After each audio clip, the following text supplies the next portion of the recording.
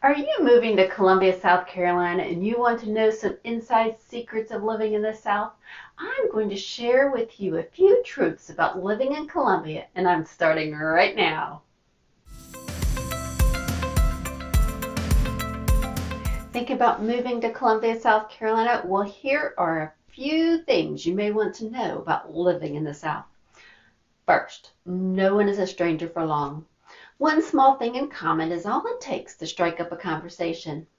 For instance, while at the local food line, you notice another lady also has red food coloring in her cart. Well, you know there can only be one reason to buy red food coloring in Columbia, and that is to make a red velvet cake. Now the question is, what kind of icing is she putting on that cake? Cream cheese or cooked icing? So you ask. Of course, she will have to tell you how many times she has made a red velvet cake and for which occasions, and that she got her recipe from Grand Aunt Tessie. Aunt Tessie? Well, small world, you have an Aunt Tessie too. Might not be the same Aunt Tessie, but doesn't matter. And the conversation continues as you adjust your shopping carts to let the other shoppers go by. Second, expect the finger wave. Not to be confused with the finger communication. The finger wave is just that. Not the full out howdy wave, not the beauty pageant wave, but a casual flip of the wrist and a wave of a finger or two. The finger wave is used when walking or when driving slowly by neighbors. It's a way of letting people know that you see them, but you don't really have time to stop and chat. Third, let's continue with more ways to communicate.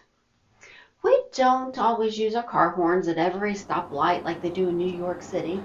We prefer to save them for letting people know we have arrived or even that we are headed home.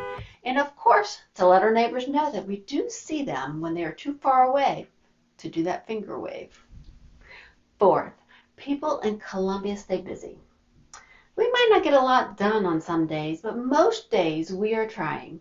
See, we are always fixin' to do something. We rarely say we actually do anything, but we're fixin' to. And if we aren't fixin' to do something, it's because we are supposed to be doing something else.